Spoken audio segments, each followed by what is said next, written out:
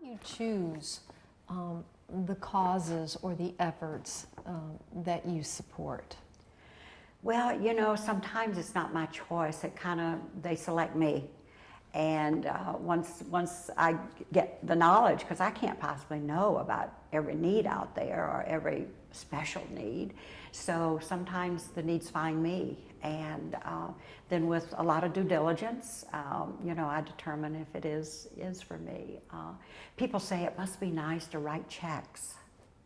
Well, I guess it is nice to write checks, and you can feel good about yourself and you can do good work, but it's not that easy. So giving away money thoughtfully is hard work. It's really hard work. But It's just not with a stroke of a pen for you. It's just... well, it can be, but for me it isn't. I mean, I don't care if it's $50 or $50,000. I want to know the bottom line. I want to know for sure that the outcomes will be measurable, which is a little bit optimistic because you can't always measure everything, but I like to think that it will be tried to do that, and it'll make a difference. It'll make a difference, even if it's to one child or even one adult, it'll make a difference. You talk about the starfish. Yes, I do. Yes. Can you repeat that? Yeah. Well, there's the story of the little boy picking up starfish on the beach, and a little man comes by and says, "Son, what are you doing? You can't make a difference with all these starfish. There's too many." So the little boy picks up one and he goes to the sea, drops it in the sea, and said, "I made a difference to that one." So we like to think if there are 30 kids or 100 kids or 500 kids involved, you'll make a difference for everyone. But that's not realistic. You won't. But just make a difference for one. And if every one person would make a difference for one, what a different world we'd be. You did. Well, one of the things that Wayne said about you that he admires about you so much is that you have this deep feeling in the bottom of your soul that you can change the world, and you've been trying to change the world. Oh, God bless him. He puts a big burden on me with that. It is a big burden, but you seem to have stepped up to the plate with a great deal of courage. Yeah. And a great deal of leadership. Yeah. How have you done that? What has driven you to do that? Well, I guess just knowing that I can, and I'm a firm believer that to whom much is given, much is expected. And we've been given an awful lot of opportunities. We've worked hard.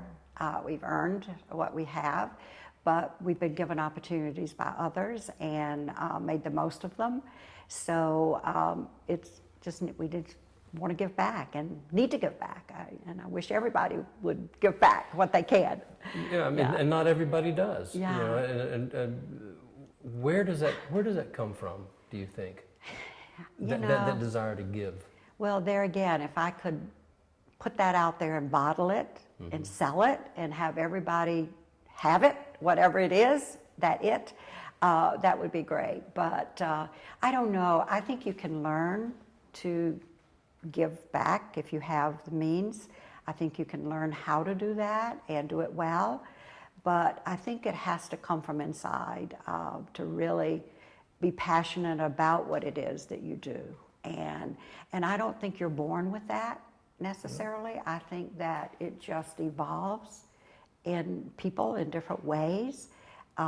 So, and as for myself, you know, I didn't come from knowing how to give, but just trying to be a good moral person, I guess. But well, how did you learn? Okay, if you didn't know how to give, how do you learn how to give? I don't know. You don't know? Okay. I don't know. I guess there's something within us all that kind of dictates how we want to live our lives and what we want our lives to be. And you go about it different ways, and people give in different ways. But for me, now that I have the wherewithal, I want to do the most I can with the dollars that I have while I'm alive. And you know, why keep it until you're gone? And number one, never see it. But why should people suffer and do without until somebody's put in the grave to have money available. That doesn't get to me. And my good friend Laurie Dubo says, I have never seen a Brinks truck at a funeral. That's pretty good, right? You don't take it with you. I haven't either. Have you? I You don't take it with you, No. but I want it to work. I want it to be working. Do you remember your first experience with perhaps community service or with philanthropy or even with an act of charity? Well, in the community, years ago, when my kids were little, I participated in the majority of things that they did. That was essentially what I did then. But I made, I don't know how many dozen chocolate chip cookies and how much lemonade, for the activities that they would do. But over the years, I have to say, I really haven't been that closely involved with many. I did. I worked, I volunteered, I did things, but nothing of any significance until I came to Jacksonville. And there again, this is my new hometown, and there was such need. And again, I was given an opportunity that you can't buy. So, yeah, just now's the time. Yeah, you've seen. How do you become aware of all of the issues that you support? You talk about, I have to support this, I have to make a difference, I have to make a change. And you have so many issues that are so close to your heart. How do those issues manifest with you? How do you become aware of those? Mm-hmm. Well, there again, many times they find me because I guess people are aware of what I care about, and I do find myself getting involved in things I never ever thought about, didn't know I cared about it, but once you get delve into it, then you do care about it. So, but I think a lot of things are really brought to me either through the media some way, or from someone that just does drop off a letter, to let me know about the work they do. So yeah, it's just a lot of different things. When you're making a decision to give to like Mayo Clinic or to whatever, how do you go about making the decision who you give to and how much to give? Well, there again, I go back to saying the program has to be worthy, and Right. you need to understand the program, and then you have to know that the people that are going to make the program work are people that can do it, and what they don't know, they'll go find out from someone else. That goes from the smallest back stoop little agency to a place like Mayo Clinic, but we're very excited about the Mayo Clinic, and it's this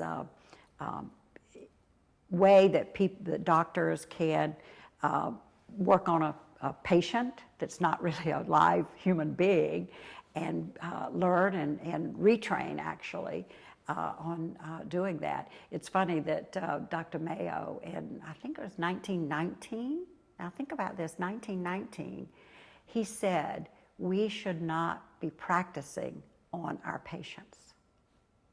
And all those years ago, he recognized that there's something right about cutting into this person. We shouldn't be practicing on them.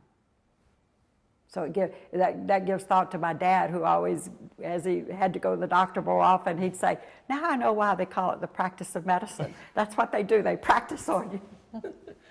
So, yeah. Okay. Yeah, I just kind of wonder, do you have advisors? Do you sit down with a group of people to sit there and say, okay, well, let's look at this? Or is the thought process solely individual to you? Yeah. Well, it is very individual, and up until I converted our funds over to the Community Foundation, I was a one-hat organization. Of course, I had help at the Jaguars Foundation, but for Weaver Family, it was just me and my gut instinct, or whatever that I chose to support. Now, if it was a large gift, I would at least let Wayne know about it. That's good.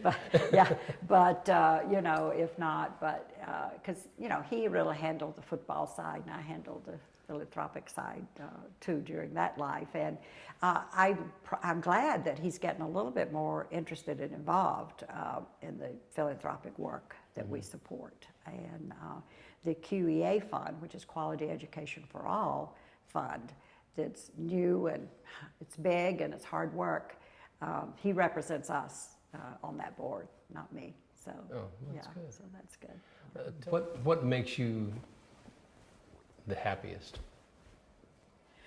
Well, I guess there again, outside of family, I guess what makes me happy is to feel like that I've made a difference in somebody's life, or the work that somebody's trying to do, you know, because that's really what my work has been, you know, all the years I've been here in Jacksonville. My work has been revolved around people that were in need, and if I could help them, I wanted to. Not to say I can always do everything for everybody. I can't, but I sure like to try. And if I can't, I like to try to find somebody that can.